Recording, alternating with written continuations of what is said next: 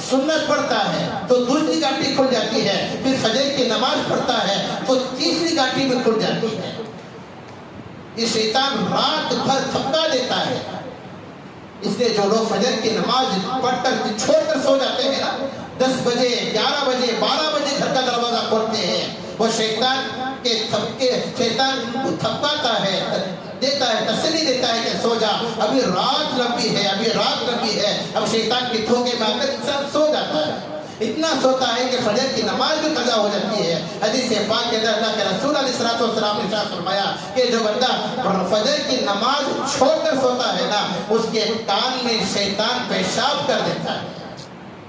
حدیث کے الفاظ کہہ رہا ہوں، اس کے کان میں شیطان پیشاب کر دیتا ہے۔ اسی لیے حدیث میں یہ بھی فرمایا کہ جب صبح اٹھو تو صبح اٹھتی سب سے پہلے اپنے ناک کو صاف کرو، کیونکہ ناک کے اندر جو غلاظت رات بھر جمی ہوئی ہوتی ہے وہ شیطان کی غلاظت ہے۔ شیطان رات بھر انسان کے ناک کے پھانسے میں رات گزارتا ہے، اب اس کا اثر یہ پڑتا ہے کہ غلاظت اس کے ناک میں جمع ہو جاتی ہے۔ اس لیے حدیث میں فرمایا کہ صبح ہوتی سب سے پہلے منہ صاف کرو اور اپنی ناک کو صاف کرو، کیونکہ ناک کے اندر سے جو غلاظت نکلتی ہے وہ شیطان کی غلاظت ہے۔ لیکن لوگ اسے نہیں سمجھتے، فجر کی نماز چھوڑ کر سو جاتے ہیں، پھر رات بھر سو جاتے ہیں، رات بھر جاگتے رہتے ہیں۔ کچھ لوگ ایسے بھی ہیں، کچھ نوجوان ایسے ہیں کہ اللہ معاف فرمائے کہ رات کے 2-3 تک بھی جاگتے رہتے ہیں، لیکن صبح میں 10-11 تک بھی سوتے رہتے ہیں، فجر کی نماز چھوڑ کر سوتے ہیں۔ حالانکہ حدیث میں صاف فرمایا گیا کہ جو بندہ فجر کی نماز چھوڑ کر سوتا ہے نا، اس کے کان میں شیطان پیشاب کر دیتا ہے۔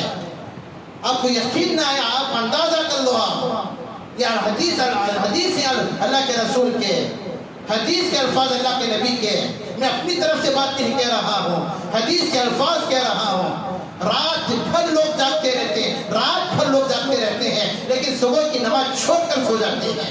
ظہر کی نماز میں، عصر کی نماز میں تھوڑا بہت مجمع رہتا ہے، لیکن فجر میں کیوں نہیں رہتا؟ فجر میں پورا محلہ خالی رہتا، پوری مسجد خالی رہتی ہے۔ کیا فجر کی نماز لوگوں کے لیے معاف ہے؟ کیا فجر کی نماز خبر نگر والوں کے لیے معاف ہے کہ فجر کی نماز چھوڑ کر سو جاؤ؟ لیکن نہیں، لوگ فجر کی نماز چھوڑ کر سوتے ہیں۔ یہی نحوست ہے، یہی سب سے بڑی نحوست ہے۔ لوگ سمجھتے ہیں کہ محرم کے مہینے میں اور جو ہے ربیع الاول کے مہینے، محرم کے مہینے میں، سفر کے مہینے میں شادی نہیں کرنا، فیکٹری کو اوپن نہیں کرنا، نیا کام نہیں کرنا، کیونکہ نحوست اسے سمجھتے ہیں کہ محرم کے مہینے میں فلاں کام نہیں کرنا، سفر کے مہینے میں یہ کام نہیں کرنا، لیکن فجر کی نماز چھوڑ کر سوتے ہیں، اسے نحوست نہیں سمجھتے۔ خود گھر کے اندر نحوست ہے، خود گھر کے اندر نحوست ہے، گھر کے اندر بے نمازی ہے، لیکن لوگ اسی نحوست نہیں سمجھتے۔ محرم کے مہینے کو نحوست سمجھتے ہیں، سفر کے مہینے کو نحوست سمجھتے ہیں۔ کتنی بڑی بے وقوفی کی بات ہے۔ سفر کا مہینہ کیا ہو گیا؟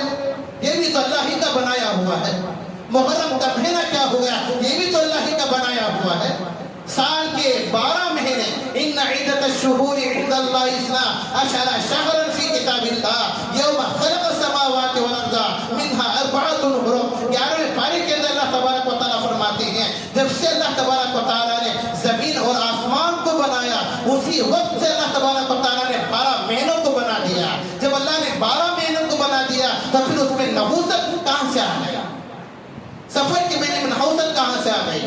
ربیع الاول، اسی طرح محرم کے مہینے میں نحوست کہاں سے آ گئی؟ لوگ سفر کے مہینے میں شادی نہیں کرتے، محرم کے مہینے میں شادی نہیں کرتے۔ اللہ حفاظت فرمائے، اللہ حفاظت فرمائے۔ یہ سب سے بڑی بے وقوفی کی علامت ہے، سب سے بڑی جہالت کی علامت ہے، بے وقوفی کی علامت ہے۔ لوگ جو کام کرنا ہے نا اس کام کو نہیں کرتے، جو نہیں کرنا ہے وہ کام کرتے ہیں، جو نہیں کرنا ہے نا وہ کام بڑے شوق سے کرتے ہیں، جو نہیں کرنا ہے، جو کام کرنا ہے وہ کام نہیں کرتے۔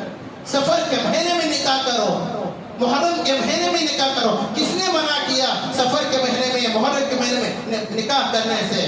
لیکن لوگوں کے اندر خصوصاً جو پرانی قسم کی عورتیں ہوتی ہیں نا گھروں کے اندر، جتنی زیادہ عمر دراز عورتیں ہوتی ہیں اتنی ان کی زیادہ عقل جو ہے گڑگوں میں ہوتی ہے۔ یہ ایک دم بے وقوف عورتیں ہوتے ہیں، اب بیچارے نوجوان ان قرآن عورتوں کے بہکا میں آ کر نہیں حضرت دادی نکو کری، نہیں حضرت نانی نکو کری، محرم میں یہ نہیں کرنا کرتے، وہ نہیں، اسی پرانی عورتوں کے بہکاؤں میں آ کر لوگ یہ کام کرتے ہیں۔ ابھی 2-3 دن پہلے ایک صاحب مسئلہ پوچھ رہے تھے کہ کیا حضرت قربانی کا بکرا 2 سال سے بھی پالا ہوں، 2 سال سے پالا ہوں، لیکن اب کون کہ ہمارے گھر میں بولے، ہمارے گھر میں ہمارا بیٹا بولے کہ پالے ہوئے جانور کی قربان نہیں دینا کرتے، اب کیا بھی دوسری لے کر آنا؟ کیا سوال دو کیسا کر رہے ہیں؟ پالے ہوئے جانور نہیں ہے، تمہیں 2 سال پالے نا، 2 سال پالے نا، اس کے سے قربان نہیں دینا کرتے۔ نہیں، یہ جہالت کی بات ہے۔ جہالت، کیا پالے ہوئے جانور کی قربان نہیں دے سکتے؟ تو سب سے زیادہ پسندیدہ جانور تو وہی ہے جو پالا ہوا ہو۔ اس لیے علماء نے مستحب لکھا ہے کہ جانور کی اگر قربانی دے رہے ہیں تو کچھ دن پہلے لے کر آؤ تاکہ وہ آپ سے محبت کرنے لگے، تاکہ مناسبت ہو جائے، تاکہ مناسبت ہو جائے، آپ کے پیچھے پیچھے چلنے لگے۔ آپ سے جب سچی محبت ہو جائے، آپ کے پیچھے چلنے لگے تو اس کی قربانی دو۔ لیکن ایک صاحب آپ سے پوچھتے ہیں کہ حضرت پالے ہوئے جانور کی قربانی نہیں دینا، غلط ہے۔ جانور کی قربانی دے۔ حضرت ابراہیم علیہ السلام تو اپنے بیٹے کی قربانی دے، ہم پالے جانور کی قربانی دے سکتے؟ حضرت ابراہیم علیہ السلام تو اپنے بیٹے کی قربانی دے دی ہے، چھری بھی چلا دیے گردن پر۔ یہ اور بات ہے کہ اللہ کو جو منظور تھا وہی ہوا، چھری بھی چلا دیے ہیں۔ اور پھر 90 سال کی عمر میں، 100 سال کی عمر میں ابراہیم کو اسماعیل سا بیٹا پیدا ہوا۔ 7 سال کی عمر میں اللہ تبارک و تعالیٰ نے حکم دیا کہ چھری چلاؤ، چھری بھی چلا دیے۔ جب ایک باپ اپنے بیٹے پر چھری چلا سکتا ہے تو کیا ہم پالے ہوئے جانور کی قربانی نہیں دے سکتے؟ نہیں، یہ غلط ہے۔ پھر دوسرا سوال انہوں نے یہ بھی کیا کہ قربانی کا جانور ہم نہیں کھانا کرتے نا، باہر سے لے کر آنا کرتے ہیں، ذرا جانور اس میں گوشت ذرا ملانا کرتے ہیں۔ یہ غلط ہے۔ یہ ایسے ایسے لوگوں نے مسائل بنا دیے۔ عقیقے کی گوشت میں بھی، عقیقے کا جانور ہزاروں روپے دے کر لے کر آتے ہیں، 15,000 20,000 دے کر جانور لے کر آتے ہیں، بڑا شادی مار لے کر لیکن عقیقے کی دعوت کرتے ہیں۔ پھر لوگوں کے اندر ایک سوال بنا ہوا ہوتا ہے کہ ہم ماں باپ عقیقے کے گوشت نہیں کھانا کرتے، پھر کون کھانا؟ ماں باپ نہیں کھانا تو پھر کون کھانا؟ نہیں حضرت باہر سے لے کر آنا، باہر سے سعودی سے لگانا، باہر سے لے کر آنا۔ ایسے ایسے سوالات لوگوں کے ہیں، پھر ان کو سمجھایا گیا کہ یہ غلط ہے۔ پالے ہوئے جانور کا بھی دے سکتے ہیں، حقیقی کے گوشت میں باہر سے لانا ضرور نہیں ہے۔ باہر سے لے کر آنا ہے تو پھر اس کا کیا کرو؟ باہر سے لے کر آنا ہے 1 کیجی 2 کیجی، تو کیا پھر یہ پورے جانور کا گوشت واپس نہیں آتا؟ پھر 1 کیجی لا کر ملانے کی کیا ضرورت ہے؟ یہ ایسے ایسے سوالات ہیں۔ تو بہرحال ابھی بہت ساری باتیں ہیں جو لوگوں کے مسائل ہیں، انشاءاللہ موقع پر افراد کے سامنے عرض کروں۔ دعا کریں کہ اللہ سب کو بڑی توفیق عطا فرمائے۔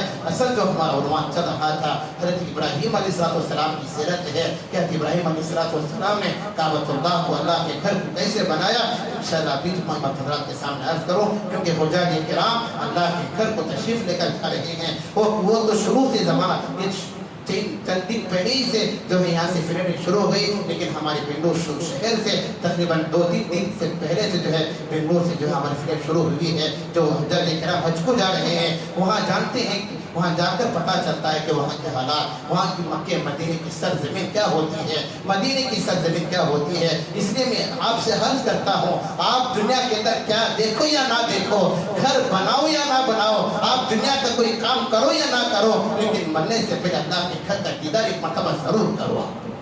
انشاءاللہ کرو گے نا؟ دعا تو کرو اللہ تبارک و تعالیٰ سے، اللہ سے دعائیں تو کرو، پیسے جماؤ، اللہ سے دعائیں، اسباب کو یہاں کرو۔ ایسے نہیں اللہ پر بھروسہ بھی کرنا ہے، لیکن اسباب بھی پیدا کرنا ہے، ذریعہ بھی بنانا ہے۔ بننے سے پہلے ایک مرتبہ تو ضرور وہاں کی سرزمین دیکھ کر آؤ کہ واقعی کعبۃ اللہ کی کیا چیز ہے، مدینہ کیا چیز ہے، اللہ کے نبی کا روزہ کس جگہ پر ہے، مدینے کی سرزمین کیسی ہے، جس جگہ پر اللہ کے نبی کی پیدائش ہوئی ہے وہ جگہ کیسی ہے۔ لوگ پورا جاتے ہیں اجمیر کو، 3 مرتبہ اجمیر کو جا کر گئے تو حج کا ثواب ہے نا، 3 مرتبہ نہیں 100 مرتبہ بھی جا کر آ گئے تو حج کا ثواب نہیں ملے گا۔ لوگوں کے اندر ذہن بنا ہوا ہے کہ 3 مرتبہ خواجہ کے پاس جا کر آ گئے تو حج کا ثواب، اس نے کہا خواجہ کے پاس جا کر آگے چوتھا سوال ہے، اجمیر جانے کے لیے ہم جو ہے ٹور کرنے کے لیے 5,000-10,000 روپے ہم جمع کرتے ہیں، ایک ہی جگہ پر جانے کے لیے 10,000-20,000 روپے ہم جمع کرتے ہیں کہ اللہ کے گھر کو جانے کے لیے پیسے جمع نہیں کر سکتے۔ سب سے بڑی بات تو یہ ہے کہ اللہ سے مانگتے رہو، اللہ سے مانگتے رہو، پھر اسباب بھی پیدا کرو۔ اللہ تبارک و تعالیٰ مرنے سے پہلے ایک مرتبہ گھر کا ضرور دیدار کرائیں گے۔ دعا کریں کہ اللہ ہم سب کا عمل توفیق عطا فرمائے، جاتے ہوئے ہماری مسجد کا خوب تعاون فرمائے، کیونکہ مسجد کے بہت سارے اخراجات ہیں، اس لیے مسجد کا خوب تعاون فرمائے۔ اللہ کے دینے کو اور دلانے کو قبول فرمائے۔ آمین وآخر دعوانا الحمدللہ۔